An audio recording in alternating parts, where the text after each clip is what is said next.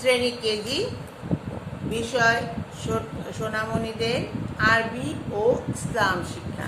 হ্যাঁ, সোনামণিদের আরবি ও ইসলাম শিক্ষা। আজকে আমরা পড়ব, গত ক্লাসে আমরা পড়েছিলাম সপ্তম পাঠ থেকে প্রশ্ন উত্তরে ইসলাম শেখা। এখান থেকে আমরা কিন্তু গত ক্লাসে পড়েছিলাম। আশা করি সবাই পড়াশোনাগুলো একটু করেছো। না করে থাকলে এখন একটু প্রশ্নগুলো দেখো, প্রশ্নগুলো পারো কি না। না পারলে আবার চেষ্টা করবে, শিখবে। আমি বারবার বলছি, আমরা কিন্তু শেখার জন্য পড়ছি। হ্যাঁ, একবার না পারলে দুবার, তিনবার, চারবার করে আমরা শিখবো, শেখার জন্য পড়ছি। আচ্ছা, আমাদের কিন্তু এখানে প্রশ্ন আছে 27টা প্রশ্ন আছে, অনেকগুলো প্রশ্ন।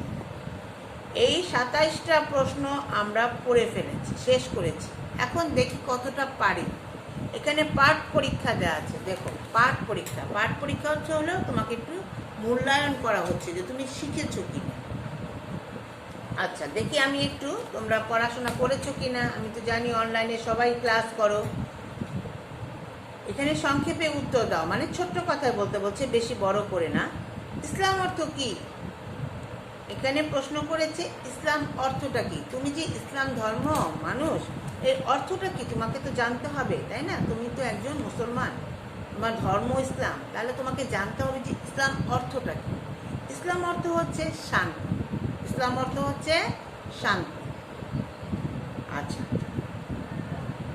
এখানে প্রশ্ন করেছে খ নাম্বার, ইসলাম ধর্মের অনুসারীদের কি বলা হয়?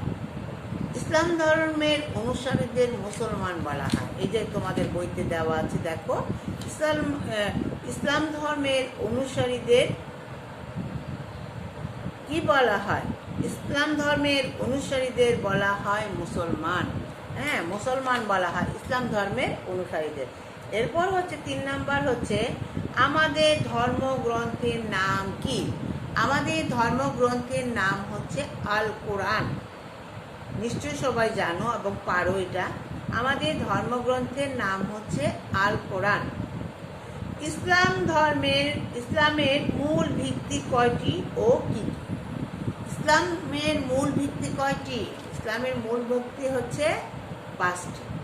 একটা হচ্ছে কালিমা, নামাজ, রোজা, হজ, জাকাত। তাহলে এখানে তুমি পারবে, নিশ্চয়ই পারবে।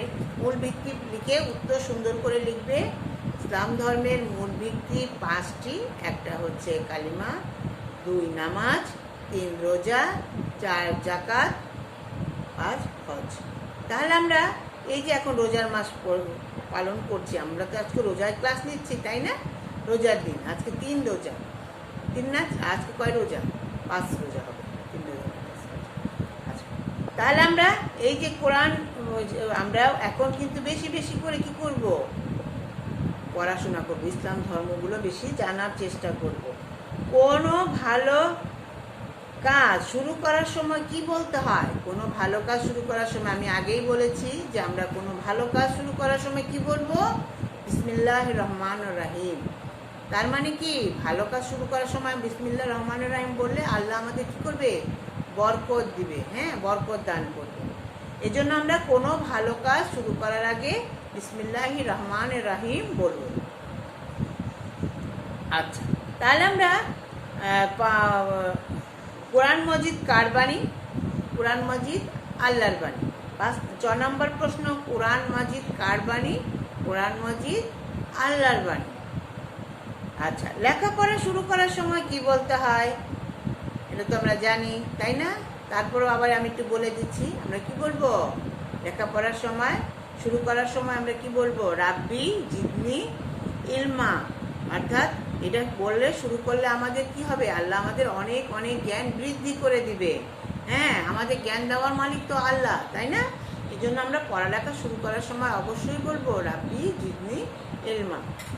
আচ্ছা, তারপরে আমরা দেখো প্রশ্ন আছে, পিতামাতার জন্য কি দোয়া করতে হয়? এই যে আমরা এখন নামাজ পড়ি সবসময়, পিতামাতার জন্য অবশ্যই দোয়া করব। যে পিতামাতারা আমাদের লালন পালন করে এত সুন্দর করে বড় করছে, তাদের জন্য দোয়া করব না? অবশ্যই দোয়া করব, তাই না? তোমার পিতামাতা তোমাকে যেমন আদর করে, স্নেহ করে লালন পালন করেছেন, হ্যাঁ, তাহলে তুমি অবশ্যই পিতামাতার জন্য অবশ্যই দোয়া করবে। তাহলে আমরা পিতামাতার জন্য কি বলে দোয়া করব? রাব্বির হামহুমা কামা রাব্বায়ানি সাগিরা। হ্যাঁ, রাব্বির হামহুমা কামা রাব্বায়ানি সাগিরা, এটা বলে আমরা পিতামাতার জন্য দোয়া করব। কারণ পিতামাতা আমাদের অনেক কষ্ট করে লালন পালন করেছেন। হ্যাঁ, এরা তো আমাদের কাছ থেকে দোয়া অবশ্যই প্রাপ্য। আচ্ছা, তাহলে আমরা পিতামাতার জন্য দোয়া করব, রাব্বির হামহুমা কামা রাব্বায়ানি সাগিরা। খুব সুন্দর একটা দোয়া, তোমরা ছোট্ট একটা দোয়া শিখে নিবে, এটা সব সময় পড়বে। কোনো সুসংবাদ শুনলে কি বলতে হবে? কোনো সুসংবাদে আমরা কি বলবো? কোনো সুসংবাদে আমরা বলবো আলহামদুলিল্লাহ। কি বলবো? আলহামদুলিল্লাহ। আলহামদুলিল্লাহ বলবো আমরা কোনো সুসংবাদে বলবো। কোনো দুঃসংবাদ শুনলে কি বলতে হয়? কোনো দুঃসংবাদ শুনলে আমরা বলবো ইন্না লিল্লাহি ওয়া ইন্না ইলাইহি রাজিউন।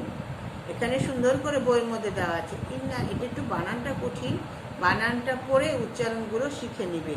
ইন্না লিল্লাহি ওয়া ইন্না ইলাইহি রাজিউন, এটা হলো আমরা দুঃসংবাদে পড়বো। যে কোনো মৃত্যুর সংবাদ বা কোনো একটা খারাপ সংবাদ, আমরা কোনো কিছু হারিয়ে গেলে এইটা পড়বো।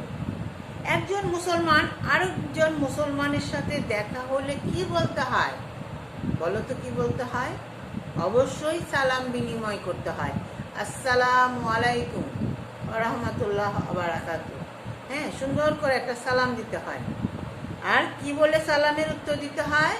যে সালাম দিবে সে তো দিল আসসালামু আলাইকুম ওয়া রাহমাতুল্লাহ ওয়া বারাকাতুহু, আর যে উত্তর দিবে সেও কিন্তু বলবে ওয়ালাইকুম আসসালাম। সেও কি বলবে? ওয়ালাইকুম আসসালাম। তাহলে তোমার পরেও সে দোয়াটা হইলো, যে সালাম দিলা সালামে যে সোয়াবটা পেলে, আর যে সালামের জবাব দিল সেও সোয়াব পেলে। এই জন্য আমরা সালাম দিলে এবং সালামের জবাব অবশ্যই দিব, কারণ সে একটা সালাম দিয়েছে, কেউ তোমাকে সালাম দিয়েছে। অবশ্যই খেয়াল করবে, কেউ যদি সালাম দেয় ছোট হোক বড় হোক, সালামে কোনো ভেদাভেদ নেই, সবাই সবাইকে কিন্তু সালাম দিতে পারে। হ্যাঁ, ছোটরা বড়দের, বড়রা ছোটদের, ছোট ছোটকে, ক্লাসের সহকর্মী সাথীকে, হ্যাঁ সবাইকেই সালাম দিতে হয় এবং সালাম দেওয়া সুন্নত। সবাই সবাইকে দেখলে অবশ্যই সালাম দিবে। তোমার বাসায় যদি মেহমান আসে অবশ্যই তুমি জোরে একটা সালাম দিবে। বাবা মাকে অবশ্যই সালাম দিবে। হ্যাঁ, বাইরে যাচ্ছ সালাম দিয়ে যাবে। পরিবারের বড়রা কেউ আছে তাদের সাথে দেখা করে যাবে আর দোয়া নিয়ে যাবে, সালাম দিয়ে যাবে। এই জিনিসটা কিন্তু আমরা অভ্যাসে পরিণত করব। আমি বলছি যেগুলো ভালো অভ্যাস আমরা সেগুলো গ্রহণ করব। আচ্ছা, তাহলে আমরা সালাম সম্পর্কে আর আমাদের ভুল হওয়ার কিছু নাই, আমরা অবশ্যই সালাম দিব। সালাম দেওয়া লজ্জার কিছু নাই, লজ্জা পাওয়ার কিছু নাই, অবশ্যই সালাম দিবে এবং হাসি মুখে সালাম দিবে। ঠিক আছে? খুব কষ্ট করে সালাম দিচ্ছ এরকম না, সালামটা হাসি মুখে জিজ্ঞেস করবে। এবং সালাম দেওয়ার পর যদি তোমার হাতে সময় থাকে তাহলে তুমি অবশ্যই তার কুশলাদি জিজ্ঞেস করবে, কেমন আছেন, ভালো আছেন, এই জিনিসটা অবশ্যই জিজ্ঞেস করবে। যদি তোমার হাতে সময় থাকে তাহলে তুমি সালাম দেওয়ার পর অবশ্যই তার সংবাদ জানতে চেষ্টা করবে। আচ্ছা, তাহলে আমরা সালাম সম্পর্কে জানলাম। এখন আমাদের আর 3টা প্রশ্ন আছে। আরেকটা হচ্ছে আখিরাত। আখিরাত অর্থ কি? আখিরাত অর্থ হচ্ছে পরকাল। আখিরাত অর্থ হচ্ছে পরকাল। আখিরাত অর্থ কি? আখিরাত অর্থ হচ্ছে পরকাল। জান্নাত কি? জান্নাত হচ্ছে বেহেশত। জান্নাত হচ্ছে বেহেশত। জাহান্নাম কি? জাহান্নাম অর্থ হচ্ছে দোজখ। জাহান্নাম অর্থ দোজখ। তাহলে এখানে যে প্রশ্নগুলো আছে, ছোট্ট সোনামণিরা, তোমাদেরকে আমি আবার বলছি, ভালো করে বলছি, আমরা এই প্রশ্নগুলো বাসায় 3টা 4টা করে করে শিখে শিখে করে ফেলবো। হ্যাঁ, মুখস্থ করে ফেলবো, যেন জিজ্ঞেস করলে আম্মু বা পরিবারে কেউ যদি তোমার পড়াটা জিজ্ঞেস করে তুমি যেন বলতে পারো যে ম্যাডাম আমাকে শিখিয়েছে, ম্যাডাম আমাকে শিখিয়েছে। আর আমার কথা যদি না বোঝা যায়, না শোনা যায়, আগে কয়েকটা ক্লাসে একটু ডিস্টার্ব ছিল, কিন্তু এখন কিন্তু আমি রোজা রেখেও অনেক জোরে জোরে চিল্লিয়ে চিল্লিয়ে তোমাদেরকে বলার চেষ্টা করছি। আশা করি তোমরা শুনতে পাচ্ছ। এখন শোনার পরে যদি না শিখো তাহলে কিন্তু আমি মন খারাপ করব। শোনার পরে আমি চেষ্টা করব, মনে করব যে তোমরা আমার কথা শুনে কথাটা কাজে লাগিয়েছো। সবাই বাসায় একটু মনোযোগ দিয়ে পড়াশোনা করবে।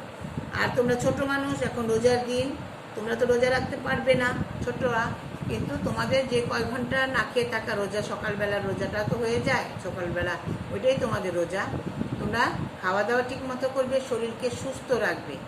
আর বাইরে একেবারেই যাবে না, বাইরে যাওয়া নিষেধ, যেহেতু লকডাউন চলছে।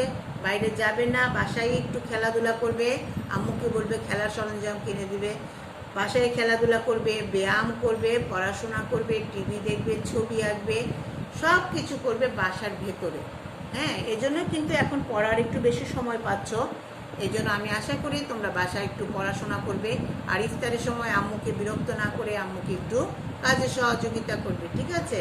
হ্যাঁ, তা মেয়েরা তো একটু একটু কাজ করে, ছোটবেলা থেকে করে। হ্যাঁ, ঘর দুয়ার পরিষ্কার করা, নিজের বিছানা টিছানা পরিষ্কার করা, এগুলোও করবে, আম্মুকে সাহায্য সহযোগিতা করবে। হ্যাঁ, নিজের কাজটা নিজে করবে আর পড়াশোনা করবে, ঠিক আছে? ছোট্ট সোনামণিরা, সবাই ভালো থাকো। তোমাদের অনেক অনেক দোয়া রইল তোমাদের জন্য। আজ এখানে শেষ করছি, পরবর্তী ক্লাসে আবার দেখা হবে। আল্লাহ হাফেজ।